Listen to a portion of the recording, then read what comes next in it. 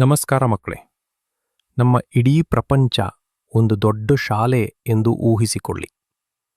ಈ ಶಾಲೆಯಲ್ಲಿ ಅನೇಕ ತರಗತಿಗಳಿವೆ ಮತ್ತು ಪ್ರತಿಯೊಂದು ತರಗತಿಯು ಒಂದೊಂದು ದೇಶ. ಈಗ ಎಲ್ಲ ತರಗತಿಗಳು ಸ್ನೇಹಿತರು ಆಗಲು ನಿರ್ಧರಿಸಿದರೆ ಏನಾಗುತ್ತದೆ?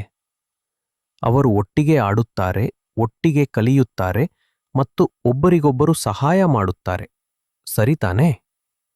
ಯುಎನ್ಒ ಕೂಡ ಇದೇ ರೀತಿ. ಇದು ನಮ್ಮ ಪ್ರಪಂಚದ ಎಲ್ಲಾ ದೇಶಗಳು ಸೇರುವ ಒಂದು ಬಹಳ ದೊಡ್ಡ ಸಭೆ. ಅವರೆಲ್ಲರೂ ಒಟ್ಟಿಗೆ ಸೇರಿ ಮಾತನಾಡುತ್ತಾರೆ ಮತ್ತು ಸ್ನೇಹಿತರೂ ಆಗುತ್ತಾರೆ. ಅವರು ಇದನ್ನು ಯಾಕೆ ಮಾಡುತ್ತಾರೆ? ಎಲ್ಲೆಡೆ ಶಾಂತಿ ಇರಬೇಕು ಮತ್ತು ಯಾವುದೇ ಜಗಳ ಇರಬಾರದು ಎಂದು ಖಚಿತಪಡಿಸಿಕೊಳ್ಳಲು, ಒಬ್ಬರಿಗೊಬ್ಬರು ಸಹಾಯ ಮಾಡಲು.